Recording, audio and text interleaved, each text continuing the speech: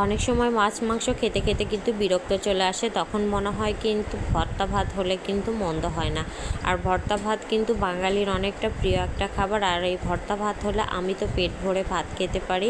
আমার কাছে এই ভর্তা ভাত হলে খেতে ভীষণ শান্তি লাগে, পেটটা ভরে মনে হয় ভাতটা খেতে পারে। আর মাছ মাংস সবসময় কিন্তু খেতে ভালো লাগে না, মাঝে মাঝে মনে হয় বিরতি দিতে ইচ্ছে করে। আমার কাছে টাকি মাছ ভর্তা দুই রকমের ভালো লাগে, তবে আমাদের বাড়িতে ছোটোবেলায় মা যেভাবে ভর্তা করতো সেটা হচ্ছে মা কাঁটা বেছে হাতে ভর্তা বানাতো। আর এইদিকে আমার শ্বশুরবাড়িতে এই টাকি মাছগুলো পাটায় বেটে ভর্তা করে, কাঁটা বেছে।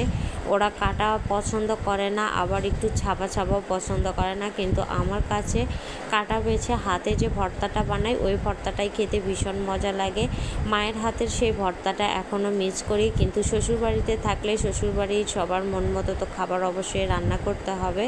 তো টাকি মাছগুলোকে আমি বেশ লাল লাল করে এপিট ওপিট করে ভেজে নিয়েছি। এরপরে আমি কাঁচা পাকা কয়েকটা কাঁচামরিচ দিয়েছি। কাঁচামরিচগুলো অনেক ঝাল ছিল, এই জন্য বেশি পরিমাণে দরকার হয়নি। এরপরে বড় বড় কয়েক কোয়া রসুন, পুরো একটা বড় রসুনের দিয়েছি। এগুলো বিদেশি রসুন, যদি দেশি রসুন হতো দুইটা রসুন দিয়ে দিতাম। আমার কাছে ভর্তা, মাছ ভর্তা বলেন বা যে কোনো ভর্তায় বলেন, ভাজা রসুন খেতে ভীষণ ভালো লাগে।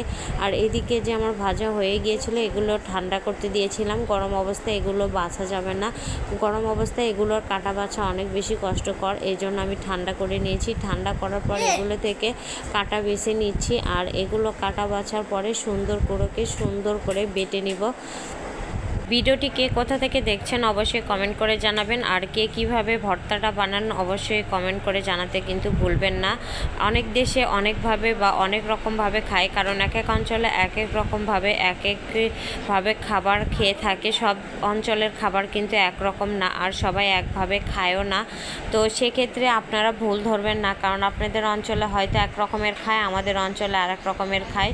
এই কারণে কখনোই অন্য অঞ্চলের খাওয়া ভুল ধরবেন না যে এক রকমের রান্না হয়েছে বিধায় আপনাদের অঞ্চলে ওই রকমের রান্না হতেই হবে, তা কিন্তু না।